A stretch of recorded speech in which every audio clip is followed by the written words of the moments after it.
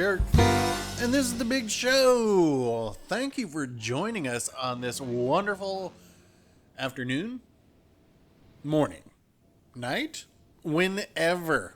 I apologize for the pace of videos of late, but as I mentioned in the last one, the real world has rudely interrupted my fantasy world. And as they say, reality has a way of destroying our dreams. They also say reality bites. In my head, I always get reality bites and singles blended together. But that's kind of how the good time 90s were. Not a care in the world. Really, we didn't care about anything, us Gen X crowd. Still, its soundtrack paled in comparison to the singles soundtrack. Wait, where were we? Alright, that was then, and this is now. How soon is now? Now is when I bring out today's surprise guest. This is someone we haven't seen in 126 Krakens, and you may notice something a little different about their appearance. So let's bring him out with no further ado. Give it up for the Tech Tree Tier 5 German battleship, Bayern. So as I mentioned, there is a little something different about this Bayern, and it won't have been noticeable just yet, but it will soon. You see, this is a full accuracy build Bayern, entirely spec'd for slapping with its 15-inch Tier 5 guns. Bonk. So let's get the commander and the portraits he keeps above his bunk at night up on the big screen, along with the modules for you to gander at while this game plays in the background. The game itself is not entirely something special other than the amusing accuracy the Bayern has when spec'd like this, and its ability to slap from long range. I did have a G101 video about halfway done for you all earlier this week, but it just didn't feel right. I even had a song in it, which I have saved, but maybe it'll be an after credits thing in this video, for those who stick around, maybe. So while this clip plays in the background, we can talk about the patch notes and the good, the bad, and the ugly of them in my most humble of opinions. So first and foremost, let's talk balance changes and my uncanny ability to make a video on a ship right before its change continues. The Bismarck. No, not the secondary penetration buff yet. Instead, a 3% increase to its accuracy, an increase to its penetration angles, which should help against 27mm cruisers like, let me just pick one randomly, the goddamn Wichita, and it's also getting an additional 4% of penetration, so that was a surprise. We'll have to see how big that is in practice. The Azuma, which I've been spotted out in the wild in recently, is getting its accuracy and rudder shift and penetration angles buffed, as well as a repair party which can now repair it even faster, that is if you haven't been dev struck. Shard spawns have been tuned, maybe to the most rockin' chord of all, the E. Legendary spawns have been tweaked, Polar is added to Tier 3 domination mode, but where is the big race for legendary ships? Come on, Ouija. We need it. We demand it.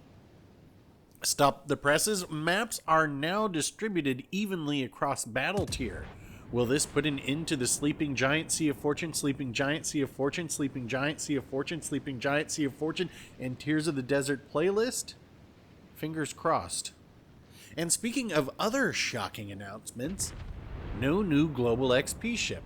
But you will have the option to get the Odin, which sounds nothing like Bayard, which, let's be honest, it's 6 months since the last Global XP ship, well, the last new one. I have to wonder if Global XP is now the dumping ground for non-OP campaign ships, in which case, what am I going to do with it? Will new ships purely be stuck behind a steel wall? You know, the new resource you can get 250 of a month if you buy Admiralty backing for every campaign? Yeah, you could get yourself a bucket to sit on to get steel in arena, or borrow your parents' painkillers and suffer through ranked. But if you're some everyday schmo like me who has bought Admiralty backing for every ship and pays for premium time with nearly 17,000 battles to your name and has interests in the real world, then you can still earn steel, and at this pace you'll have enough to get a ship in 5 years. Maybe the Bayard will be out by then. Speaking of ranked, it's back. In weekend sprints, one in tier 4, one in tier 5, and I am already feeling enraged just thinking about it. Serenity now. We've got a couple new projects in the Bureau, well, sort of new. The Conquer and the Gearing, have they been changed? Who knows. But you'll have a new American destroyer captain you could put on that Gearing. One Albert Gleaves, who will be more torpedo and stealth focused, which, you know what, that's pretty neat. That's a nice move by Wargaming to see that vacancy in the American destroyer captains and put one in there. So that might be good on the Benham or the Sims, or I don't know. Could be interesting to try on many things. I wonder how many people will use Arleigh Burke for anything now. Let the man retire. So on this note, something else to think about. We're like 8 or 9 months into the Bureau now, and you may have noticed that its contents are only battleships and destroyers. No cruisers, and the Alaska doesn't count. Why are there no cruisers? This is purely conjecture, but I think something must be amiss, but I just don't know what it would be. I don't know if there's some rework or something going on behind the scenes, and of course, like I said, that's speculation, but the lack of legendary cruisers is as puzzling as the lack of tier 7 premium destroyers. Is it just impossible to balance? I don't know. Just something seems fishy. What do you all think? Speaking of the Bureau, get your red, white, and blue done and your legendary anniversary done because they're going away in the next update. But I bet anyone who watches this has all the Bureau projects done anyway. You're just that type of audience.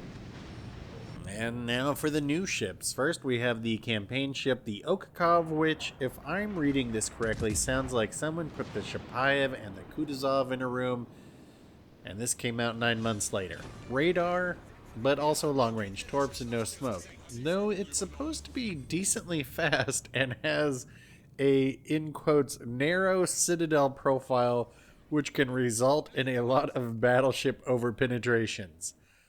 I think I'm going to have to learn how to say goddamn in Russian. But I should have a look at that ship next week or so there's that. And as for new premium ships, we'll be getting the Tier 6 European destroyer Orkan, which, come on, you know the European destroyer line has to be coming soon at this rate. And we will also get the Italian Tier 5 cruiser Duca d'Aosta.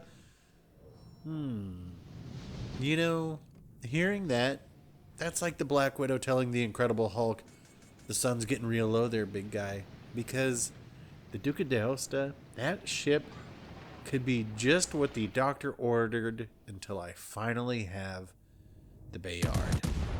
So I can end these patch notes review on a good note. Oh, hey, can we get a 6-pack here? Nope. So yeah, that's the patch notes. And that is an unremarkable Kraken 204 in the Bayern. So rather than talk about this match and recap the screen, let's just let our musical guest play us out. Thanks for watching, folks. We will talk soon.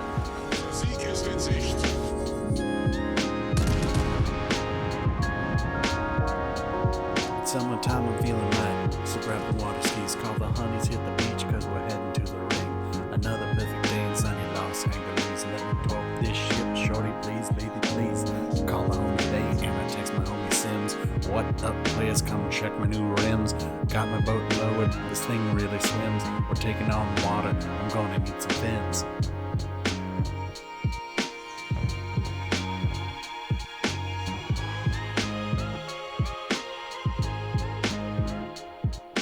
I'm sailing in the sun in my G101. Not a thing spotting me in my G101. I've got no cares in my G101. Sitting here cracking beers in my G101.